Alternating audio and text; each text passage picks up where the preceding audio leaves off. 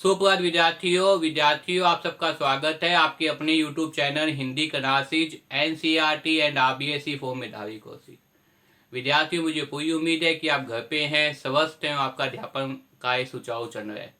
जैसा कि आपको पता है, मैं आपको हिंदी पढ़ा रहा हूँ। हिंदी के अंदर एक अपना अध्याय चल रहा है किच्चक का काव्य। इसके 2 भाग मैंने बना दिए। मुझे उम्मीद है आपने दोनों भाग देखे होंगे। आज इसका अंतिम भाग मैं आपके सामने लेके आया हूँ। देखिए, किच्चक का काव्य लिखने वाला कौन है? लेखक काका कानेकर। इसमें जैसा कि नाम ही बताया है आपको कि वास्तव में जो अपने किच्चक को एक तरह से घृणा की निगाह देखते हैं। एक तरह से जब भी अपने दृष्टि पड़ती, अपने आंखें फेर लेते हैं, कईयों का जो है वो एकदम देखने के बाद में जो है वो मन खट्टा हो जाता है, वो वाक्य वगैरह चालू हो जाती है। लेकिन वास्तव में जो लेखक है, क्योंकि ये क्या है, ये आपके सामने नैतिक निबंध है। इस निबंध के अंदर लेखक वास्तव में बता रहा है कि किच्चक की अपनी एक महत्ता है। अगर किच्चक संसार में नहीं होता तो हम कितनी ही बहुमूल्य वस्तुओं से क्या हो जाते भाई, वंचित हो जाते। इतना ही नहीं, किच्चक की महत्ता बताते हुए लेखक ये बता रहा है कि किच्चक के अंदर ही क्या है, धान की फसल। धान का मतलब है विद्यार्थियों गेहूं, जवार, जो चावल जो हम खाना खाते हैं जिससे, उसकी फसल भी कहाँ आती है? उसकी फसल भी वास्तव में किच्चक में ही लगती है। अगर किच्चक ना हो तो हमारे पास अनाज ही नहीं होगा। फिर भी समाज की एक भ्रांति, समाज की एक धारणा कि वास्तव में किच्चक को हम क्या कहते हैं, घृणा की, नफरत की निगाह से, दृष्टिकोण से देखते हैं।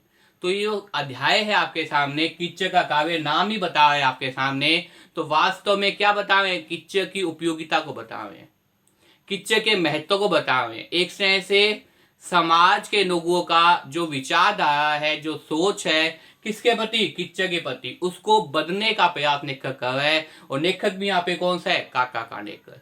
तो मैंने कल आपको बताया था कि किच्चक के काव्य के बारे में इसका पहले वीडियो के अंदर, कि अगर किच्चक का जो काव्य है, अगर वो चीज सूख जाती है, सूखने के बाद में क्या है, वो जो सूखे जो पत्थर दिखाई देते हैं, टुकड़े दिखाई देते हैं, वो भी क्या है, बहुत अच्छे दिखाई देते हैं। उसके बाद देखिए विद्यार्थियों, अगर मेरे द्वारा बनाई वीडियो को पसंद आए तो इसे ज्यादा लाइक कीजिए, कमेंट कीजिए, शेयर कीजिए विद्यार्थियों। तो देखिए, किच्चक का काव्य लिखने वाला कौन है? काका कानेकर। और ये क्या है? ये है आपके सामने नैतिक निबंध। क्या है विद्यार्थियों? नैतिक निबंध। ज्यादा गर्मी से सूखकर टेढ़े हुए किच्चक के टुकड़े सुखाए हुए खोपे जैसे दिखाई देते हैं। लेखक ये बता रहे हैं कि ज्यादा गर्मी जब पड़ती है तो ज्यादा गर्मी पड़ने पर सूखकर टेढ़े हुए किच्चक के टुकड़े किसके दिखाई देते हैं? खोपे देखे दिखाई देते हैं। ऐसा हमें प्रतीत होता है कि जैसे खोपरा हो, लेकिन वास्तव में वो क्या होता है? वो किच्चक होता है। नदी किनारे मीनो फेना किच्चक भी कम सुंदर नहीं दिखाई देता।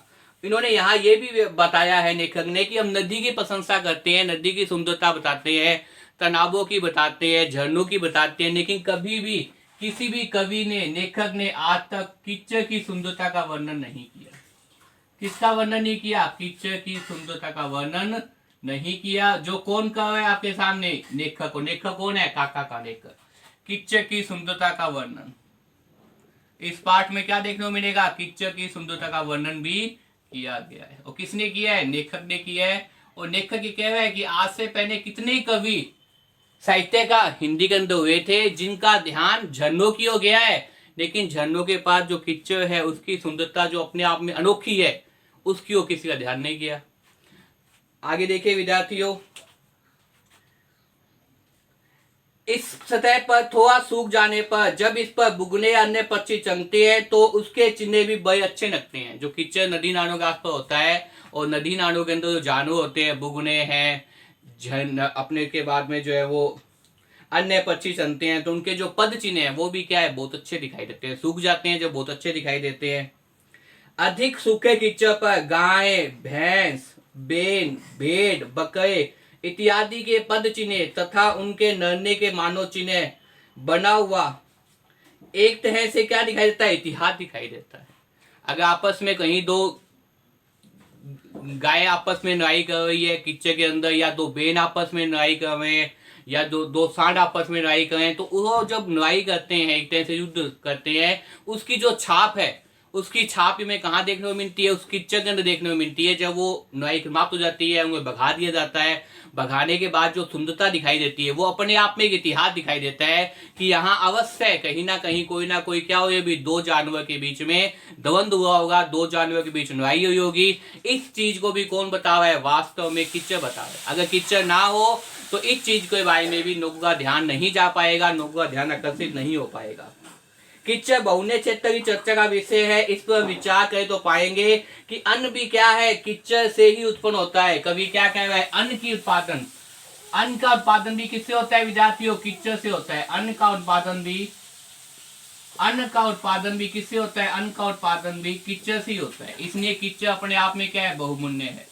अन्न का उत्पादन भी किससे होता है? किच्चक से ही होता है।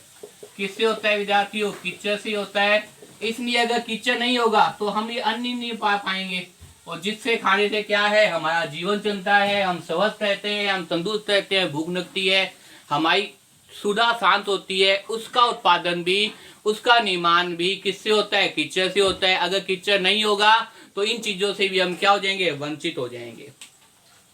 और एक अनोखी बात यह है कि कमन जब का फूल, जिसे क्या कहते हैं? कमल का फूल है, गुलाब का फूल है, जो क्या है? वास्तव में बहुत अधिक सुंदर दिखाई देते हैं। ये सब भी कहाँ आते हैं भाई? किच्चक के अंदर ही आते हैं। फूल भी कहाँ खिलते हैं? किच्चक के अंदर खिलते हैं। कहाँ खिलते हैं विद्यार्थियों? किच्चक में ही खिलते हैं।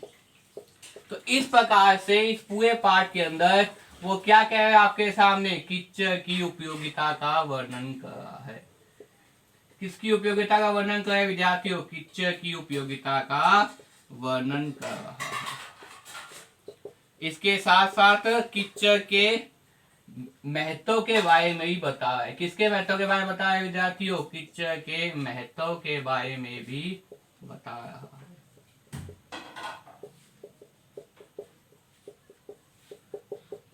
इसी के साथ आज ये पाठ समाप्त हो गया है, जिसका नाम क्या है?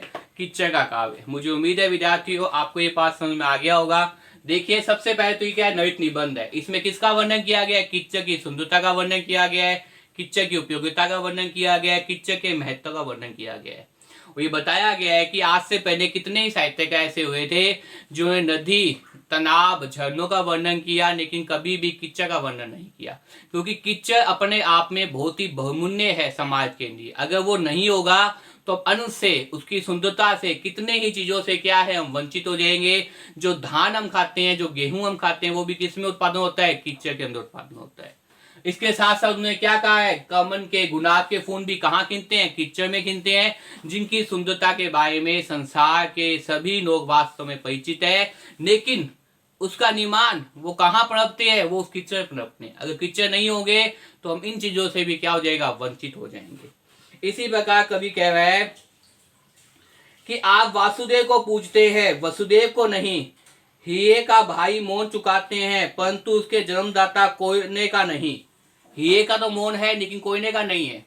इसी प्रकार से हम जो वासुदेव को पूजते हैं, वसुदेव को नहीं। तथा मोती को गले में धारण करते हैं, परंतु उसकी मातुश्री शिव को नहीं करते। वो ध्यान दे रहे हैं कि वास्तव में गुलाब की जो सुंदरता देखते हैं, लेकिन उसके उत्पादन करने वालों को नहीं देखते। इसी प्रकार से जो हम हीरे को देखते हैं, लेकिन हीरे का उत्पादन कहाँ से होता है? कोयने का, तो कोयने को फेंक देते हैं। इसी प्रकार से आप जो है मोती का देखते हैं, तो मोती का जन्मदाता भी क्या है?